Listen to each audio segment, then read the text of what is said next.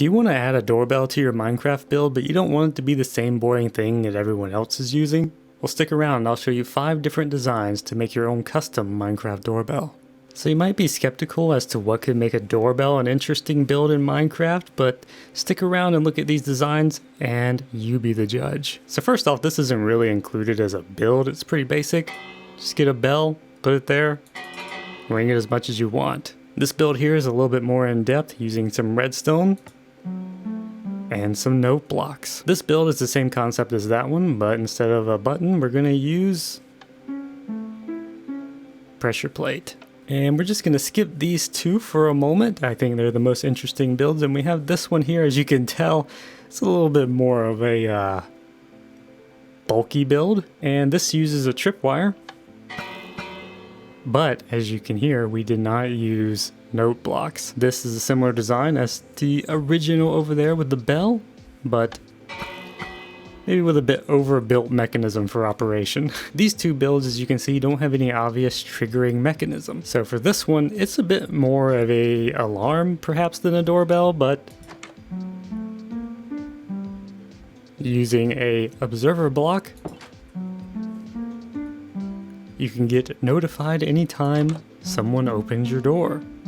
One other thing you can do with this design is actually kind of make it into an instrument.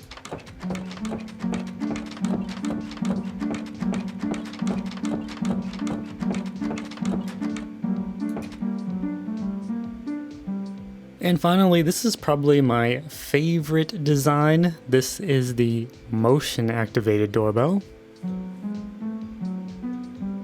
So those are the designs, and let's go over the basic principles for how to make them. So here's our door, and we're gonna go ahead and clear out a space in the ground for our note block doorbell. Since note blocks need air to function, we're gonna dig out 3 deep. So here's our workspace carved out. You can make this as big or as compact as you want to, but I'm just doing it big like this so that we have plenty of space to work.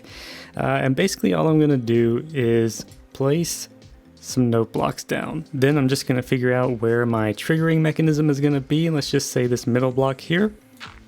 We're gonna put 1 block down like that. Redstone, I actually can't go there. Redstone on top of it. And then what you're ultimately gonna have is up here is you're gonna be your triggering mechanism. When you step on that, it activates that redstone and it's gonna go over here to your note blocks. And we're just gonna link all these up with redstone. I'm gonna add delays on these. You can do it however you like, but I personally like it when they have a bit of a delay. And so all of our note blocks are powered now. And if I step on this, obviously that's not a very pleasant tune. So we're gonna go ahead and just give some of these a bit of a offset notes, and there you go. That's kind of flat there. Not too bad, not too bad. And there is a functioning doorbell with a pressure plate mechanism for activation. So that's basically how you would do it.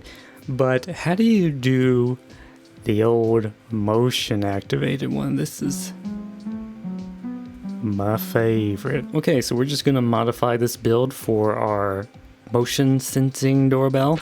Let's go ahead and get rid of this for now. And that. And basically all we need is a skulk sensor. And what we're gonna do, place that down. We're going to surround it with, I couldn't get over that. We're gonna surround it with wool, so that way it's only activated when you're more on top of it than just anywhere. So as you can see, when I move around to activate the skulk sensor, it's not actually activating that redstone. I can even put the redstone there and it's not doing anything. Much like having the pressure plate or a button or anything else, this actually powers the block under it. So what we need to do is just break this out, come up like this, and attach this redstone. So as you can see, our signal is staying on here and we don't want that. So what I'm actually gonna do is break that block, put that down there so that this note block here is not powering the redstone. And there we go. We have a perfectly functioning system here. And of course we don't want to hear this thing going off, so what I'm going to do is waterlog it. No noise from the skulk sensor. We can just close this in, and just like that, we have a motion, technically sound, but we'll call it motion activated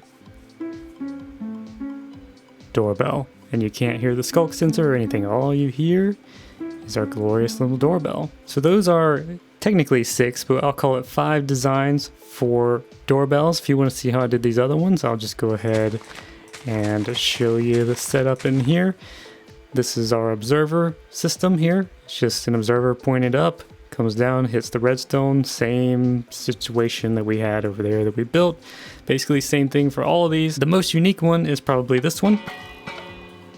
So if I break down into this one and show you the build here, we basically have 2 dispensers facing a bell, and you just fill them up with arrows. Now obviously this is a bit wasteful, it's a bit overbuilt, but we have our block coming down with our signal from the tripwire, and it just activates these. Now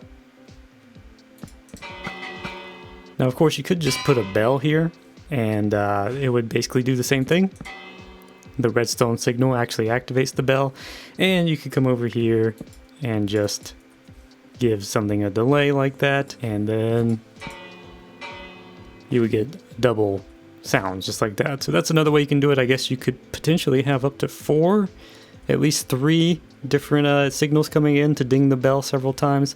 But I like the dispenser setup that I had because it's just so wasteful and pointless. Now of course with this setup you could also try using the skulk sensor. But one thing I've noticed, the issue with this one, is it doesn't seem to allow the second line to activate the bell. It only does that. I've tested it with a few different ways, like using more repeaters, but it just doesn't seem to want to work with the skulk sensor for some reason. I thought maybe it was a lack of power, but I've added the repeaters onto it and it doesn't seem to have any effect. But you can at least have a single bell with the skulk sensor, and maybe if it just activates multiple times, then you'll get multiple chimes. One final thing to note is it does seem like it may have an impact as to which way your bell is facing. So when you place it, it'll be like that or like that. And I think this might be the ideal way to have it if you're going to use this overbuilt dispenser system. I don't suspect that you will, but just in case, just something to keep in mind. So there you have it. Those are my epic doorbell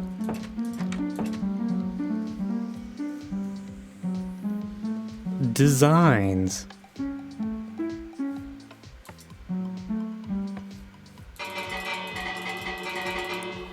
This one actually might be the funnest. So anyway, thanks for watching. I hope that was interesting or inspirational, or maybe you laughed at how terrible it was. Either way, thanks for watching. Don't forget to hit the like and subscribe button and come back if you want to see more Minecraft how-tos.